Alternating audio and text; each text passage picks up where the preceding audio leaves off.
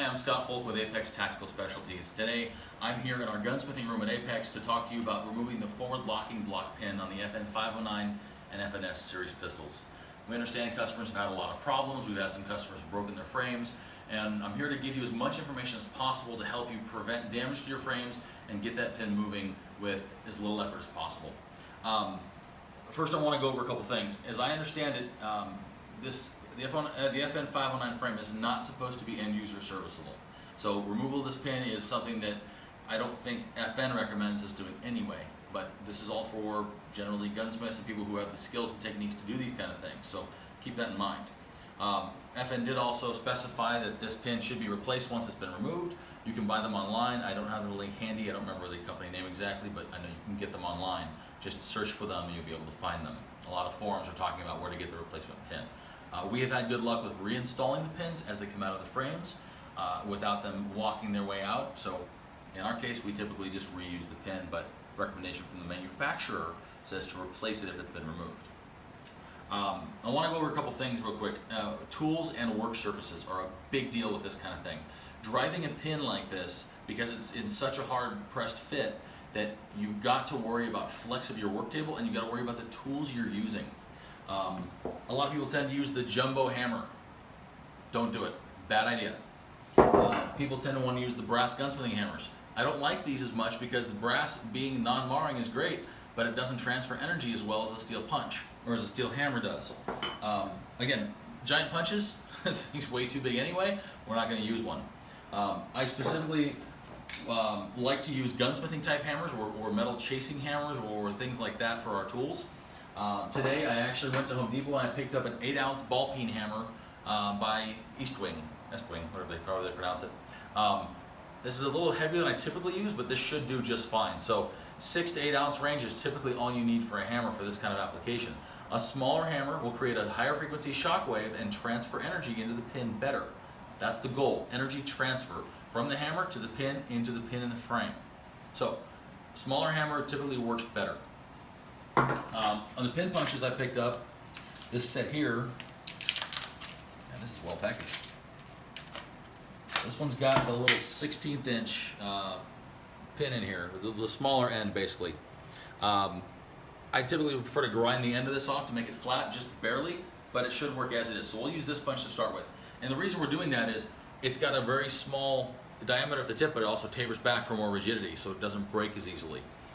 A stubby punch, in my opinion, should be a 1-to-1 or a 2-to-1 ratio of length to width. Really short to get the most energy transfer, the least flex out of that pin. A pin like this with a nice taper is going to have the littlest flex and hopefully get that pin moving. Now I don't have a gun on hand that has not had a pin removed out of it, so unfortunately I have to use one we already have used, but the whole you'll get the concept here. Your work table is a big deal in this. Your kitchen table is not sufficient for driving this pin out. Your standard cheap workbench from Home Depot or other places might not be enough either. Here's what we use at Apex. We use these tables we picked up. I think these are some from Sam's Club. These have 3 steel legs under them. They got an 1.5 inch thick maple top with steel legs go to the ground. You'll notice our bench vices are typically at the corners nearest the legs. In our case, I'm going to use the table right over here over the center, over the front leg. I'm going to use a roll of Gorilla Tape just as an example of an armorer's block, because this is all we should have to use to actually to hold the frame while we pound the pin out. So you want to be directly over a leg, straight energy transfer. If you don't have a table with a leg accessible and you just have a table that's going across something, go to the hardware store, get a 2x4 or a 4x4, cut it to length to go from the floor to the bottom of your table and support that section. Put the workpiece right over it, so that way your energy transfer is right into that pin and the table doesn't flex. Flex of a table makes a big difference. I've done this on some of our other tables that are back in other departments. They don't work nearly as well. You've got to be over a leg in the table to make it as stable as possible. A metal welding table might be stable enough, but again, be over a leg if you're going to do this. You could even do this on the concrete in your garage or on a hard packed surface like that. The idea again is minimal movement, minimal bounce for the most energy transfer through the hammer, through the pin punch, into the pin, so you drive it through the frame as intended. So we're going to get started on this frame here. I'm going to use my small hammer, but I want to go over, before I do that, a little bit of technique with hammering. Go ahead and come down here. I'm just putting this on the tape for now for an example. You want to align your pin and hold it nice and tight, make sure it stays on top. We're not just going to sit here and bash on the pin. That's bad technique. What you do is set your pin on your intended workpiece. Get your hammer on. I like to give a couple of quick little light taps and then drive it home. Every single hit. 1, 2, drive it. The idea is that you're basically driving the hammer. You're kind of prepping your swing, getting a little practice in, and then you're giving it a nice drive. After each drive, reset, make sure you're centered, and do it again. It should take no more than a couple of hard drives to get that pin started to move. Once you get it moved enough, say 1/8 of an inch, you should be able to take a longer pin punch and repeat the same process. Tap, tap, drive, all the way in to push that pin out.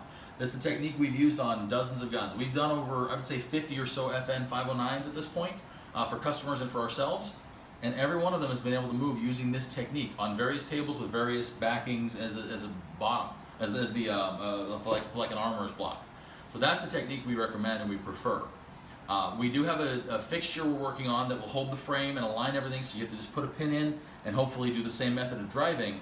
That fixture will be available as soon as possible. Our machinists are working on them right now. We pulled them off other projects to do that, so it's in the works. As soon as possible, we'll get a bunch of those out to the public as loaners to use to drive their pins and make this job a little easier on everybody. So we're going to go ahead and drive this pin out of this gun. I'll demonstrate my recommendation.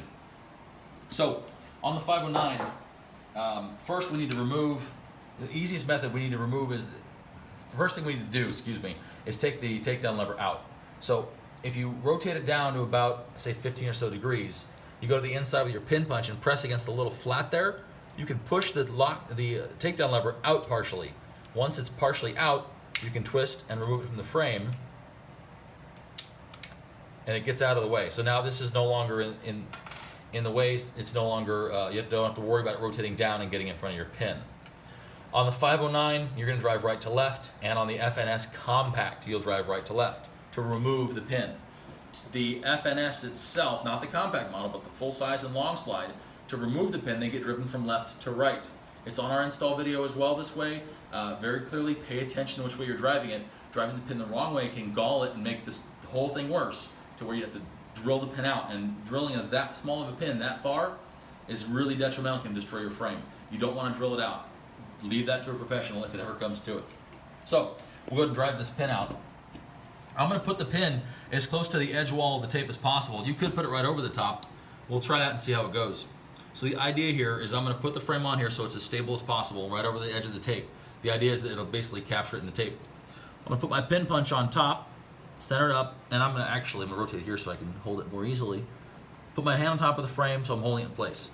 The technique I discussed before is tap, tap, drive, tap, tap, drive. In this case, this one moved relatively easily. Okay, I got it that far. It's about, I'd say, 3/16 of an inch out of the frame.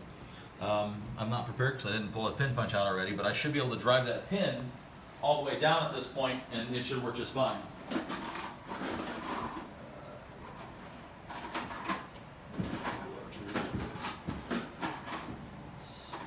Trying to find the right punch over here. Okay, so this one should help. It's a little bit longer. It's one we've just customized the end on, made a little smaller diameter. So I'll put that in, and I'll continue driving that pin.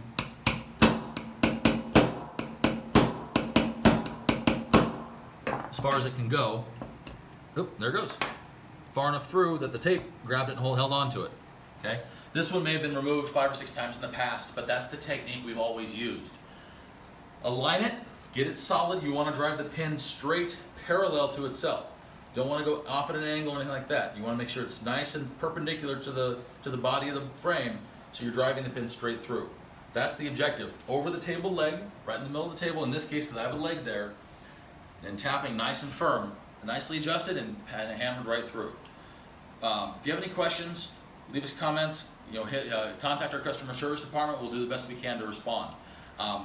They should come out about like that. If they're tighter than that, double check your fixture, double check your table. Make sure that you've got things nice and stable and sturdy. This can be removed. It's doable. We've got an arbor press we set up to pop these out, but honestly, the hammer method works better for me in most cases. So that's what I've got. We've got more information coming out soon. We've also got a guide about shipping your guns to an FFL or directly to us for installation, or shipping it through your local FFL to us for installation. Try to save you some money on shipping if you don't want to do it yourselves. So those will be up on the product description pages on the Apex Tactical website. We'll get those up as soon as possible. We're in the process of getting those up now, as well as getting this video done. If you have any questions, hit us up at apextactical.com. Thanks, guys.